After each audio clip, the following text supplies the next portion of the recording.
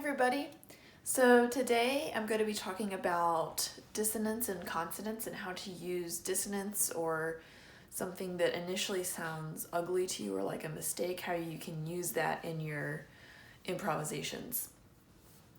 So dissonance is a relative thing and it's a cultural thing. So in Western music, one of the most common dissonances is when you play two notes right next to each other.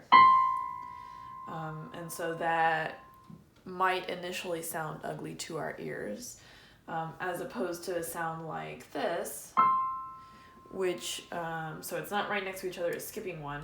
And in most Western music, that is a pretty sound to us. And we're kind of based on the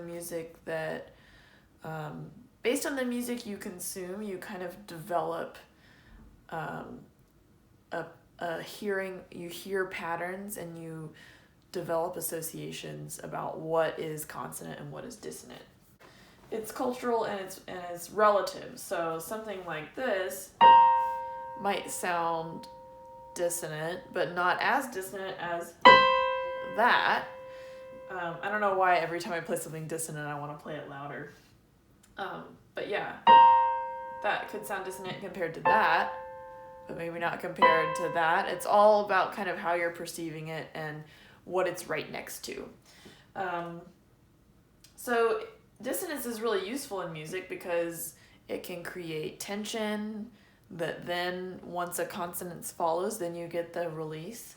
It can create, in every story, there's got to be some sort of a conflict, right? And so that can work in music too. In music, you need to have something that might not sound 100% pleasant to you in order to get past that, and then the beauty can be that much more. So there's not a lot of how as far as dissonance goes. It's really just explore and find something that might at first sound ugly or weird to you, and then try to see the beauty in that, or try to use it to then get somewhere that you like the way it sounds. So yeah, so I'm going to do a little bit of improvising, trying to find some sounds that aren't commonly considered beautiful in Western music. And I hope you try as well and like what you find or don't like what you find. That's kind of the whole point. All right, here we go.